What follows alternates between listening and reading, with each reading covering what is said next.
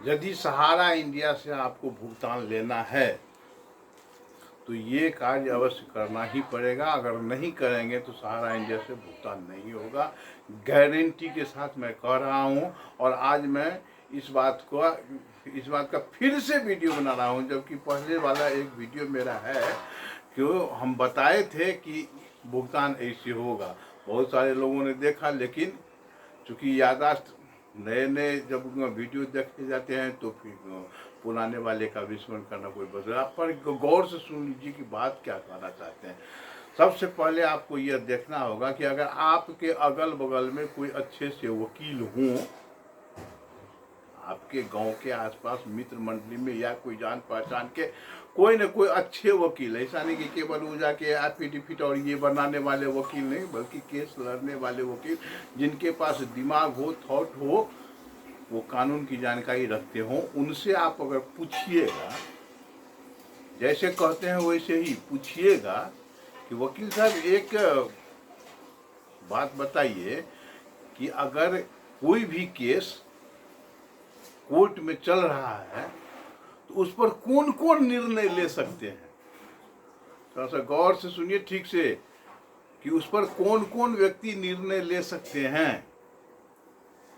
जज के अतिरिक्त कोई निर्णय ले नहीं सकते हैं, और कोई अगर देंगे ही तो प्ली देंगे, अपनी बात को रखेंगे जैसे वकील लोग रखते हैं। हम लोगों के पास उतना ज्ञान नहीं है या फिर लाइसेंस नहीं है कि हम इस बात को रख सकें और जाके केस लड़ सकें। तो आप वकील से पूछ लीजिएगा कि इसमें भारत सरकार, गृह मंत्रालय, प्रधानमंत्री, राष्ट्रपति या कानून मंत्री या वित्त मंत्री या कोई भी मंत्री कुछ कर सकते हैं क्या। अगर वो हाँ कह दे तो फिर हमसे आप कमेंट कर सकते हैं, और यदि वो कहते हैं ना, तो आप अगर इस पार्टी से उस पार्टी से उस नेता को उस टोन में अगर घेराव कर रहे हैं तो आप सिर्फ दिखावा कर रहे हैं, पैसा बटोर रहे हैं लोगों का, और आप जो है सो सिर्फ दिखावा करके लोगों को दिखा रहे हैं कि देखिए हम तो तुम्हारे लिए इतने परेशान हैं।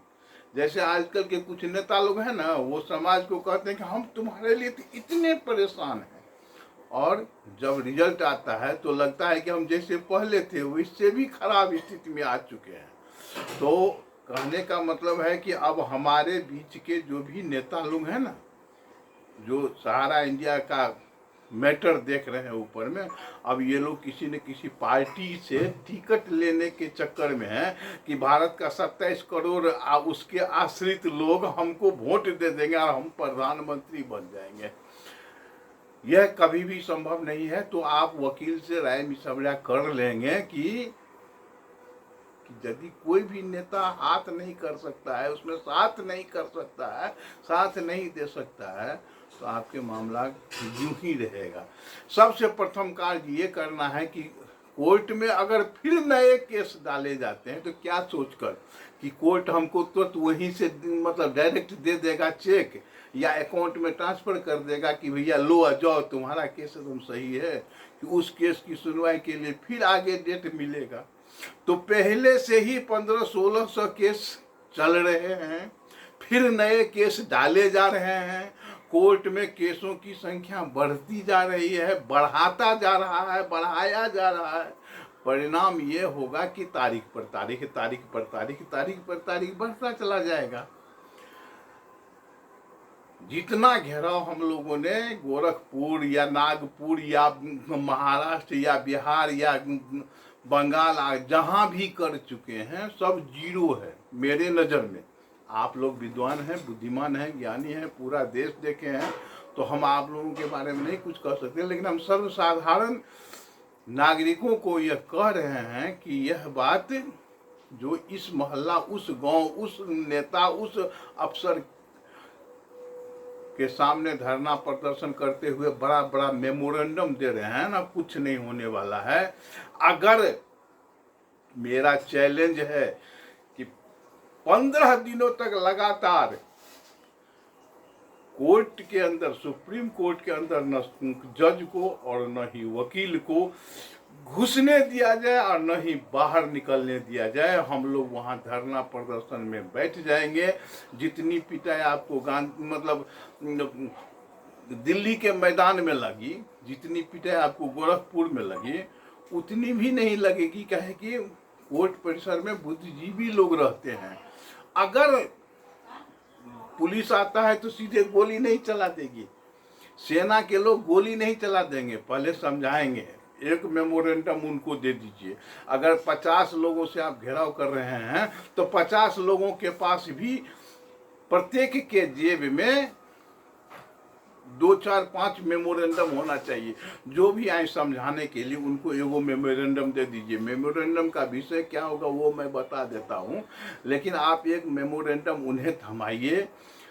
उस मेमोरेंडम में सिर्फ एक ही बात लिखी हुई है, सब मेमोरेंडम पर उसी का 10,000 कॉपी करवा लीजिए और मेमोरेंडम में ये लिखवाइए कि माननीय सुप्रीम कोर्ट चीफ जस्टिस महोदय, विगत 16 वर्षों से अभी आप इस केस का निपटारा नहीं कर पाए। यहाँ 15 लाख करोड़ रुपये का भुगतान है पूरे भारत में, सभी स्कीम को मिलाकर, सहारा इंडिया के समस्त स्कीमों को मिलाकर। सिर्फ ये 4 स्कीम नहीं और 4 कंपनियां नहीं।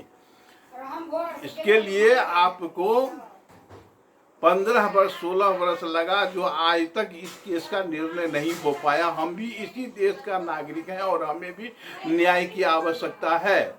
अगर मियादी केस के लिए अगर आप इसे 50 वर्ष और 100 वर्ष ले जाए तो यह आपकी इच्छा है, नहीं तो कितने तो स्वर्ग सिधार गए, कितने नंबर में लगे हुए हैं।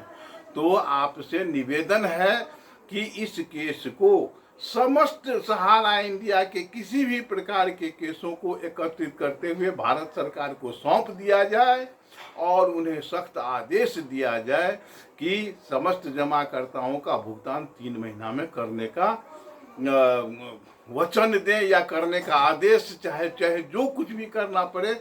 आप इतना करने में सक्षम हैं, जब संसद के नियमों को भी उलटफेर आप कर सकते हैं, तो फिर यह तो मेरा न्याय है, उचित न्याय है। सुप्रीम कोर्ट के जितने भी गेट हैं जिसके द्वारा जज और वकील लोग अंदर जाते हैं और बाहर निकलते हैं, उन समस्त गेटों पर हमको पता है कि शायद 6 या 7 गेट है या 8 गेट है। 8 गेटों पर 50-100 लोगों का धरना प्रदर्शन अगर कंटिन्यू 15 दिन तक हो जाए, आवेगा लाठी बांधेगा, हम भाग जाएंगे, फिर जाके सो जाएंगे। कार्य बाधित इतना कर देंगे कि ये लोग सोचने के लिए विवश हो जाए और चीफ जस्टिस आपको मिलने के लिए यहाँ पर आ जाए कि भैया बात क्या है बोलिए। हम अगर इतना में सक्षम हो गए ना, तो निश्चित रूप से सीजीआई का दायित्व बनता है कि वो समस्त केसों को भारत सरकार को ट्रांसफर कर दिया जाएगा और उसके पश्चात ही हम न्याय पा सकेंगे। आपको यह मेरा वीडियो अच्छा लगे तो लगे, ना लगे तो ना लगे, हमको आपकी कोई चिंता नहीं है। मुझे लगा कि ये कहना चाहिए, हमने कह दिया। और नए केस डालना बंद कर दीजिए और कोर्ट में अगर नया केस आप डालते चले गए तो केसों की संख्या बढ़ती चली जाएगी और तारीखों की संख्या उससे भी 10 गुनी आगे बढ़ती चली जाएगी। अगर आप लोगों को यही अच्छा लगता है तो बहुत बहुत धन्यवाद। जय हिंद, जय भारत, वंदे मातरम।